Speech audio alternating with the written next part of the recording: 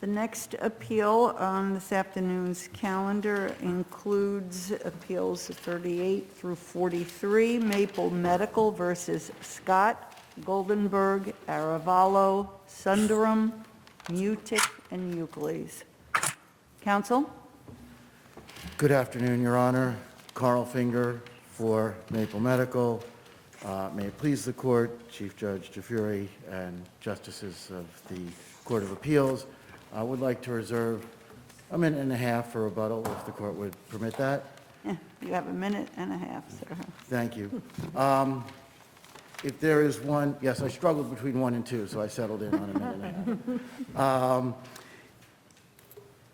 If there's one thing that I hear that I must correct today, it is the idea that nobody considered, thought of, or anticipated demutualization or the demutualization proceeds, that nobody bargained for them or expected them. That is unequivocally untrue. Dr. Richard B. Frimmer, as far back as 2008, was advocating with MLMIC for demutualization. He is the managing partner of Maple Medical. It is in the record when he appeared before DFS, and he absolutely anticipated, wanted, and fought for the demutualization. But then, if that's true, I don't see that necessarily favoring you. Because if that's true, and you're negotiating these insurance contracts or picking the company, why isn't it your obligation then to clear with the policyholder, the insured, that if it's demutualized, you get the payments instead of having us all here? Well, that assumes that question that we believed that there was some uncertainty about it. Not only does the statute refer to... Well, I think what you're arguing here, at least from what I've heard today from others, is that there's an ambiguity here. Well, I would say the following. I haven't said that. I do think there is at least some vagueness, but the statute says that the policyholder, the funds go to the policyholder who paid the premium. No, that's not what the statute says. Well, that's part of what it says. I think that, that to your initial question, in negotiating these contracts, if you believed that you were going to receive the proceeds of a demutualization, and in fact, for 2 years and you're the sophisticated party that wants them, and you're controlling which company is picked, why isn't it your obligation then to make that clear, if at best this statute's vague? The 2 years leading up to July, or I think July of 2018, 2 months before the hearing, this was publicized, the demutualization, was publicized and advertised by MLMIC and all involved parties that the party who paid the premium would receive the demutualization proceeds. So it's not as simple as saying, well, there was an ambiguity. Now we say there was, you're suggesting, and people have suggested there's an ambiguity. We didn't think there was an ambiguity. And to be clear, neither did the employees. All they wanted was insurance, and it gives the amounts of insurance, and that's what they got. So the idea that somehow it should have been... Would there be a different rule then for a hospital that didn't expect it? So it has to be that the hospital is in the position you're saying you were in, that we actually thought about this, we wanted this, we have records that show we picked this because we thought we might eventually get this payout. But if you don't have that, then the policyholder would be the doctor who's insured. I'm not sure I would... See, but I'm not sure I'm in a position to address... that we're hearing today is I understand the rule on this side. Policyholder is insured, and I'm trying to understand what the rule would be on this side. And I'm having trouble identifying it because it doesn't sound like a rule that this court would want to apply in an insurance contract situation. It sounds more like a rule you might want to propose with respect to who owns a lottery ticket. I don't think it's the same as a lottery ticket. I mean, for one thing, it would be as if we paid $1,000 every month for 12 months, and then we got back that $12,000. So, and we fought to get back that $12,000 for We the all entire paid for the year. lottery ticket. In the last lottery ticket, we each got $2.50. When we won $10, we should get, an equal share this time. I put my money out for the lottery ticket, so I really own the lottery ticket. That's what this sounds like. It doesn't sound like an insurance rule.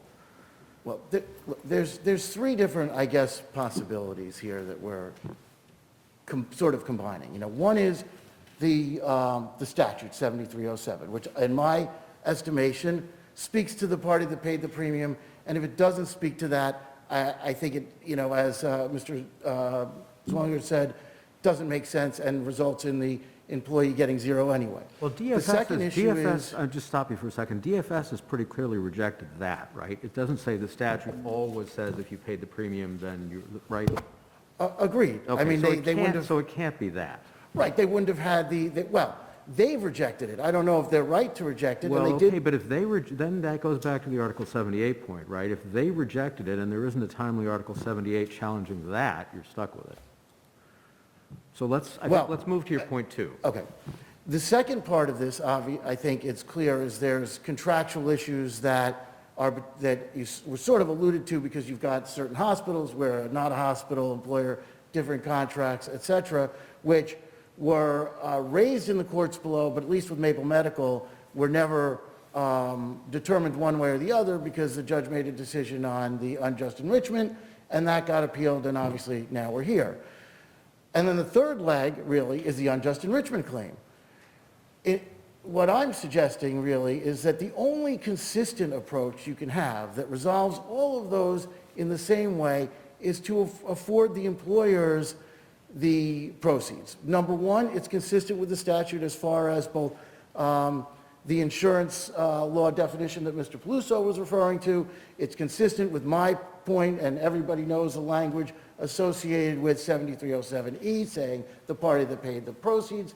It's consistent with the federal court cases, the Chicago case, the Ruaco case that Mr. Peluso referred to, and it's consistent with the unjust enrichment idea that if I paid the money, then I should be the one getting that benefit.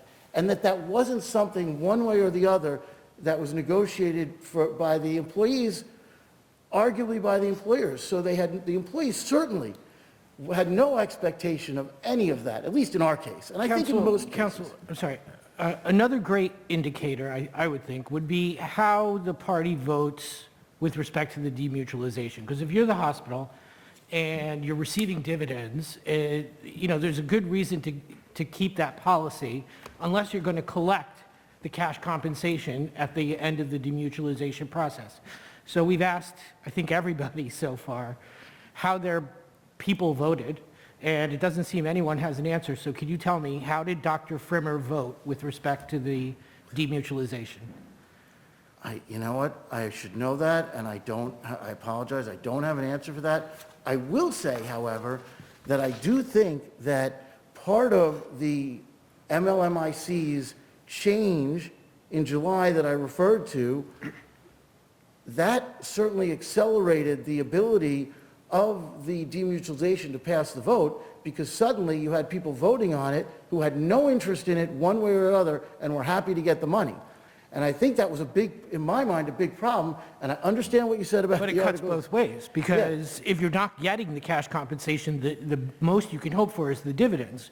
Right, Which would and if you're not incentivize you to vote against the demutualization if you believe you're the policyholder. Of course, and by doing that, it misaligned the demutualization versus the people that got the benefit when you weren't demutualized in its current state.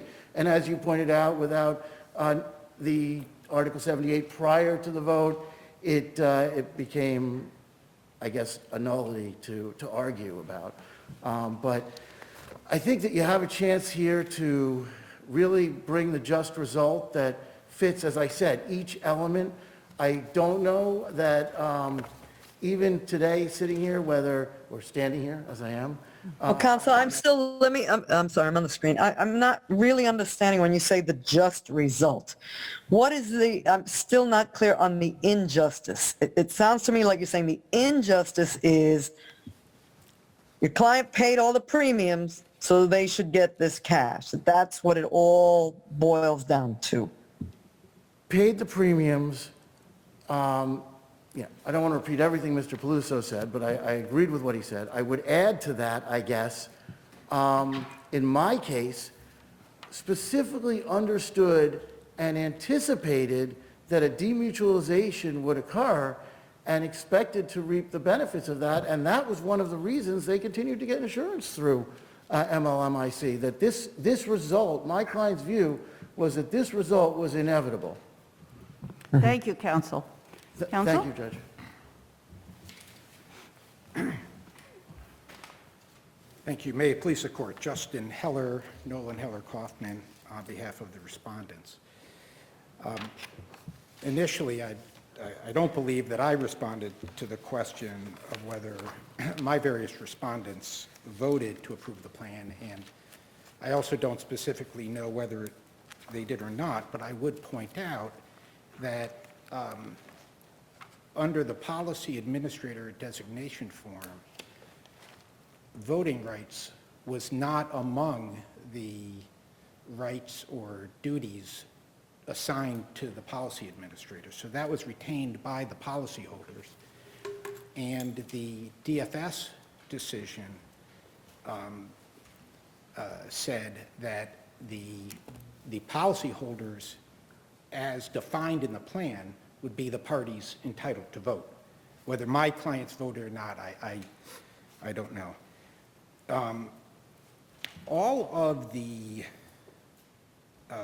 appellant's claims stem from its payment of premiums. But again, those payments of premiums were paid as a part of the bargain for exchange of consideration under the employment agreements, where the employees agreed to provide their professional services, and in exchange, the employer agreed to pay premiums. And as the second department said, this was not a gratuitous act. The employer got exactly what it bargained for in the form of services, and in exchange, those employees received policies. While it may be the employer that selected Milmick as the insurance company, when it made that selection, the policy that the employees received was a Milmick policy, and that Milmick policy carried with it the membership interests for which that were exchanged for the demutualization proceeds. And there's no basis on which the employer can sustain a claim for unjust enrichment by virtue of its payment of premiums when it was compensated for those premium payments by virtue of the services that the employee provided. Similarly, and again, this is an argument that all of the appellants make, is that they carried the indicia of ownership and they are the ones that contracted with or dealt with Milmick. But again, that was all done in its capacity as policy administrator, which is the agent for the policyholder. I heard the appellant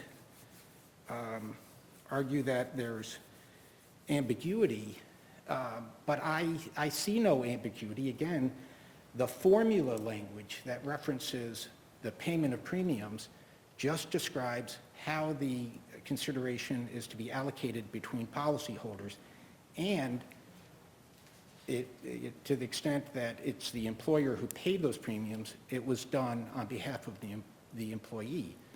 But I think in terms of an ambiguity or a lack of ambiguity, again, it's the provision of 73073 that describes who is entitled to receive the consideration, and I think that's very clear. It's each person who had a policy of insurance in effect. I don't see how that could be anybody but the respondents in these cases. And that's really all I have. Thank you. Thank you.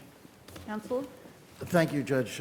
Thank you for all the time today. I want to just respond, actually, to that last comment by Mr. Heller. Each person who had a policy in effect, he assumes that that means the insured, that means the employee.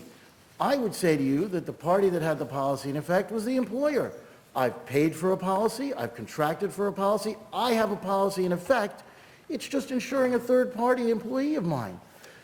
The only way to read that consistently with the later provision on the payment of the proceeds to the party who's paid the premiums is to find that both of those refer to the employer.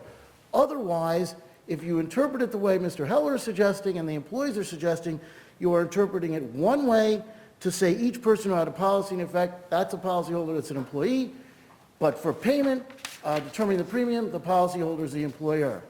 So the only consistent... Well, no, counsel, it is certainly possible, of course, to read this language as simply saying, such policyholder has properly and timely paid, and given the arrangement with the employee has arranged for the employer to pay.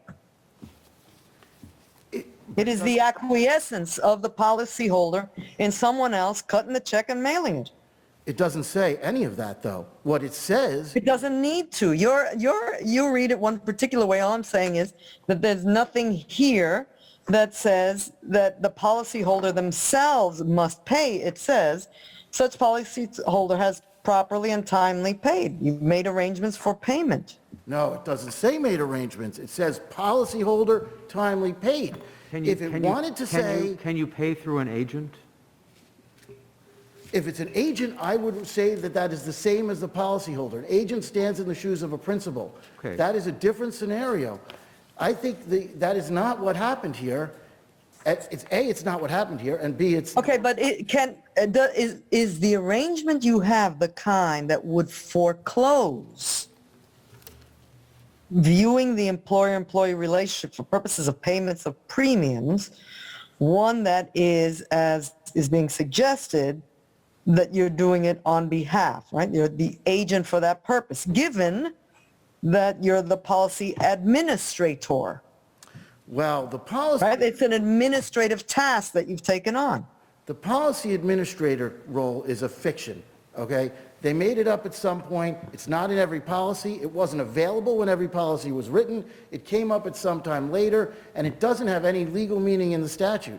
So when we started paying these, when my client, Maple Medical, started paid many of these premiums, there wasn't even an existence of a policy administrator as a term, much less, it wasn't even a thing, you know? So I think that's... Yes, but the policy, well, you'll correct me if I'm wrong, the policy doesn't say that your client is the policy holder, correct? No, I don't think the policy, no, I don't, Right. it doesn't say that. All right, correct. I'm relying on, I'm referring to the statute. I mean, if the policy, yeah, I'm referring to the statute. The policy doesn't say anything. Okay. Thank you, counsel. All right, thank you very much, Your Honors. You're welcome.